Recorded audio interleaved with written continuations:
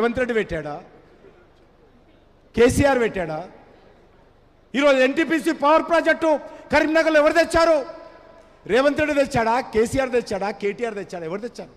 ఈ రకంగా నేను చెప్పుకుంటూ పోతే గంటల తరబడి చెప్పేటువంటి పథకాలు నరేంద్ర మోడీ గారి నేతృత్వంలో తెలంగాణలో చేశాం. తప్పకుండా రానున్న రోజుల్లో ఇదే ఎజెండాతో నరేంద్ర మోడీ గారు తెలంగాణకి ఏం చేశారో ఎజెండాతో ముందుకెళ్ళాలి. అదొకటే కాదు, ఈరోజు తెలంగాణ రాష్ట్రంలో కూడా అభివృద్ధి జరగాలంటే, తెలంగాణ ఉద్యమకారుల ఆకాంక్షలు నెరవేరాలంటే ఒక్క భారతీయ జనతా పార్టీ కమలపు జెండకే మాత్రమే సాధ్యమైన విషయాన్ని మనము ప్రజల మధ్యలోకి వెళ్ళాలి, విశ్వాసంతో వెళ్ళాలి, ఆత్మవిశ్వాసంతో వెళ్ళాలి. ఈరోజు ఎవరిని కలిసినా, ఏ ఎమ్మెల్యేలను కలిసినా, ఏ ఎంపీలను కలిసినా, ఏ మీడియా పర్సన్ని కలిసినా మీకు అవకాశం ఉంది, ప్రజలు మీ వైపు చూస్తున్నారని పదే పదే మాట్లాడుతున్నారు. అందుకే రేపు జరిగేటువంటి స్థానిక సంస్థల ఎన్నికలు ఎప్పుడొచ్చినా గ్రామ పంచాయతీ వార్డు నుంచి జిల్లా పరిషత్ చైర్మన్ వరకు, కౌన్సిలర్ నుండి మరి మున్సిపల్ చైర్మన్, కార్పొరేషన్ మేయర్ వరకు అన్ని స్థానాలకు మనం పోటీ చేయాలి. ఇది కార్యకర్తలకు సంబంధించినటువంటి ఎన్నికలు. అందుకే నేను జిల్లా పార్టీని, రాష్ట్ర పార్టీ నాయకులను కోరుతా ఉన్నాను, కార్యకర్తలందరికీ ఈ స్థానిక సంస్థల ఎన్నికల్లో మరి అండగా నిలబడి అవకాశం కల్పించి వాళ్ళు అన్ని రకాలుగా గెలవడం కోసం కృషి చేయాల్సిన అవసరం ఉందనే విషయాన్ని ఈ సందర్భంగా మనం చేస్తున్నాను. తప్పకుండా స్థానిక సంస్థల ఎన్నికల్లో మనం ముందుకెళ్ళాలి. అంతేకాకుండా ఈరోజు మనకందరికీ తెలుసు, ఈ రాష్ట్రంలో గతంలో అనేక మంది అధ్యక్షులుగా పనిచేశారు. అనేక మంది అధ్యక్షులతో కలిసి పనిచేసేటువంటి అదృష్టం నాకు లభించింది. ఒక విద్యార్థిగా ఉన్నప్పటి నుంచి 1980లో బీజేపీ ప్రారంభమైనప్పుడు డిఎస్పి రెడ్డి గారు మొదటి అధ్యక్షులుగా పనిచేశారు.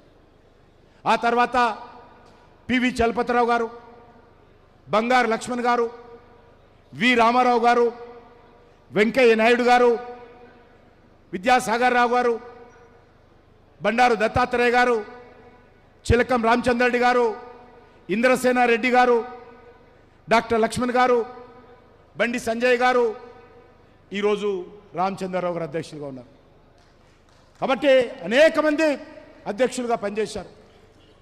కాబట్టి ఇది నిరంతరం కొనసాగేటువంటి ప్రక్రియ.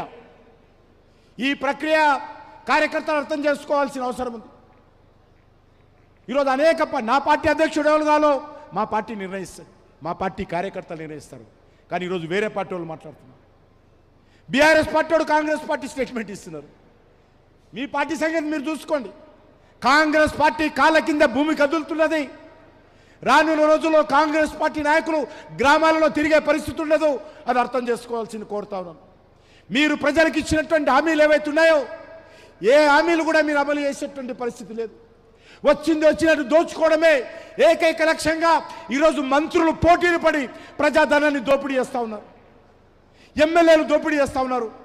మీరు భారతీయ జనతా పార్టీ గురించి, నరేంద్ర మోడీ గారి గురించి, బీజేపీ అధ్యక్షుడు ఎవరో మీరు చెప్తారా మాకు? మా పార్టీ కార్యకర్తల పార్టీ, మా పార్టీ సిద్ధాంతం ఆధారంగా పనిచేసేటువంటి పార్టీ. ఖచ్చితంగా మేము ఎవరు నిర్ణయించాలో మా పార్టీ అందరూ కూర్చొని నిర్ణయిస్తాం. కాబట్టి మాకు నీతి పాఠాలు చెప్పాల్సిన అవసరం లేదు. అంతేకాకుండా నేను చివరగా రామచంద్రరావు గారు అధ్యక్షులయ్యారు. రామచంద్రరావు గారు మనతో పాటు పనిచేసినటువంటి కార్యకర్త. విద్యార్థిగా ఉన్నప్పుడే విద్యార్థి పరిషత్తులో పనిచేశారు. ఆ రోజు వామపక్ష భావజాలం ఉన్నటువంటి వ్యక్తులు అనేక రకాల బెదిరింపులు చేసినా తట్టుకొని నిలబడ్డారు. ఉస్మానియా యూనివర్సిటీ లా కాలేజీకి అధ్యక్షులుగా పనిచేశారు. ఆ తర్వాత భారతీయ జనతా యువమోర్చాలో పనిచేశారు. అనేక సార్లు వారికి లాఠీ చార్జ్ అయింది.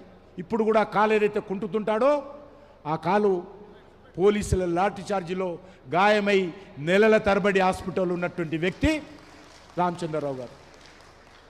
చాలామందికి తెలియదు.